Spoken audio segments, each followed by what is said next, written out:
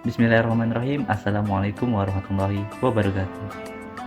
Alhamdulillahirrahmanirrahim. Assalatu wassalamu ala asrofil anbiya wal mursalin Sayyidina Muhammadin wa ala alihi wa sahbihi ajma'in. Amma ba'd. Pertama-tama, mari kita panjatkan puji syukur kita kepada Allah Subhanahu wa taala karena berkat rahmatnya dan limpahnya kita bisa berkumpul dan menyaksikan video kultum yang saya bawakan pada hari ini.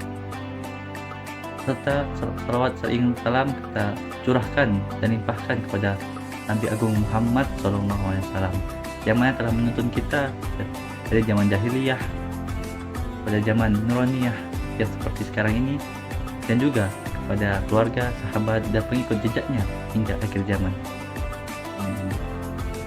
Perkenalkan, nama saya Novel Kamal.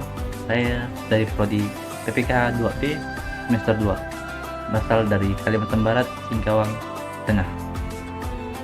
Pada kesempatan kali ini saya akan membahas atau membawakan kultum mengenai tentang sholat. Allah dan Rasulnya telah memberitahu kepada kita tentang pentingnya mendirikan sholat. Dalam sebuah hadis, Rasulullah SAW bersabda, yang mana artinya sholat adalah tiang agama, dan juga yang mana artinya juga sholat bagaikan sebuah tiang dalam bangunan bernama agama Islam. Apabila tiang itu rapuh dan roboh, maka bisa dipastikan bangunannya juga ikut roboh karena kehilangan penyangga. Di dalam Al-Quran pun Allah berfirman yang artinya, dan dirikanlah sholat dan tunaikanlah zakat, dan rukuklah bersama orang-orang yang rukuk. Jelas kita baca dalam ayat di atas bahwa Allah menggunakan kata perintah, yang mana kata perintah dalam Al-Quran mempunyai makna wajib dilakukan. Sholat di sisi lain juga mempunyai banyak keutamaan yang sangat besar.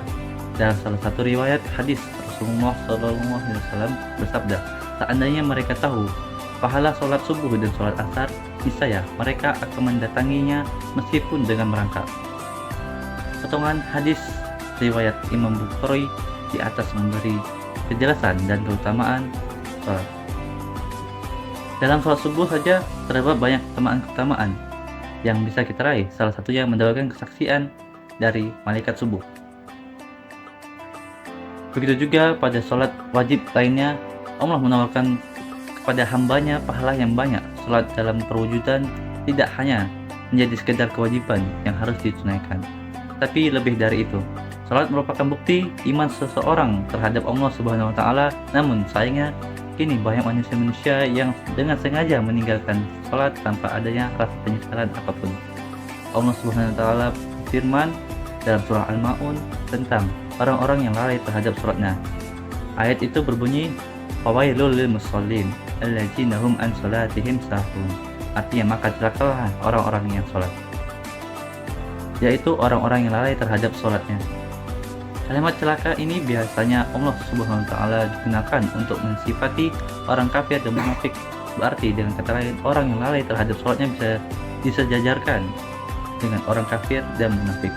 Hadirin yang dirahmati Allah Subhanahu wa taala, sebagai mana yang Rasulullah SAW sampaikan dalam hadisnya tentang keutamaan sholat, maka kita sebagai umatnya hendaknya melakukan sholat wajib 5 waktu ini dengan hati yang lapang, penuh kesyukuran, keikhlasan, dan keistiqomahan, sehingga kita bisa terhindar dari golongan orang-orang yang lalai terhadap sholatnya. Sebelum kita mengakhiri ceramah hari ini, semoga Allah Subhanahu wa taala menjauhkan kita dari perilaku orang-orang yang melalaikan sholat dengan sengaja, dan diberikan kemampuan untuk saling menasihati dalam kebaikan dan kebenaran. Sekian kultum yang saya bawakan. Apabila salah kata, saya mohon maaf. Yang benar hanya Allah SWT, yang salah saya sendiri. Wabillahi taufiq wal hidayah. Wassalamualaikum warahmatullahi wabarakatuh.